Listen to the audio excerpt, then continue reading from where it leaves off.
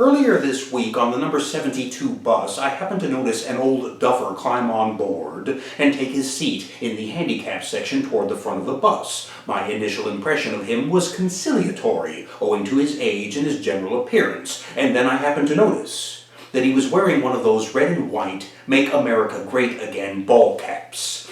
And my initial reaction to seeing this was to reflect that it was such a shame, such a pity, that the bus hadn't run him over. I then further reflected upon the sheer maliciousness, the extreme negativity of such a thought. For after all, this man, this potential gentleman, is an individual. He could be someone's husband, someone's brother, someone's uncle, someone's nephew. He's most assuredly someone's son. He probably has a career, he might be a veteran. Whatever the case may be, he has his own signature biography. He's led his own individualized life. He is an individual. Should he not be adjudged as such? This in turn put me in mind of an article which I had written years ago in the long-defunct Rejected and Unwanted zine, in which I had advocated to you punks and skins, within reason, in dealing with the popo, to attempt to see past the badge and to look at the individual in the uniform, to correlate that individual not so much with the uniformity of the badge, but with the individuality of the nameplate, of the individual specific name of that officer, and to attempt to engage that individuality if needs be. I am, incidentally, not necessarily revisiting that philosophy here and now, since the police themselves, almost across the charts, universally seem perfectly willing to abandon their individuality in favor of closing ranks behind the shield of a collective badge in terms of protecting and covering the asses of their own.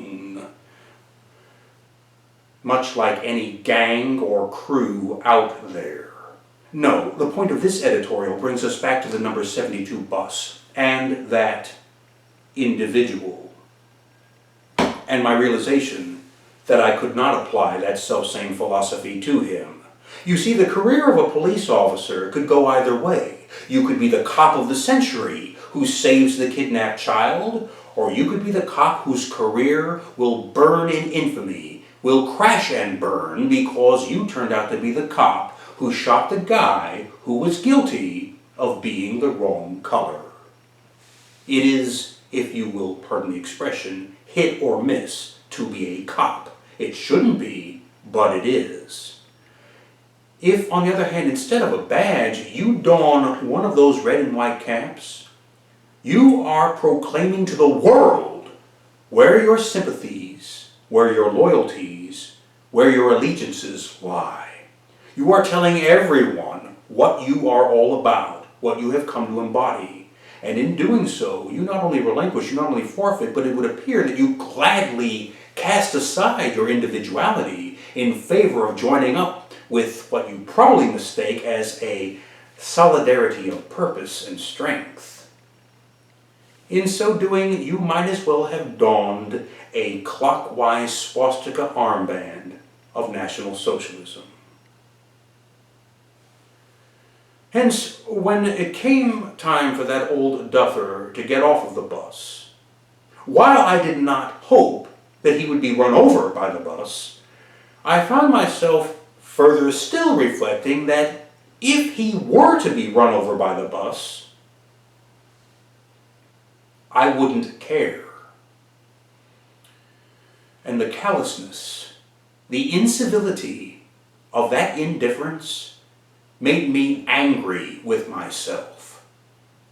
But it made me even angrier with that ignorant barnyard fool.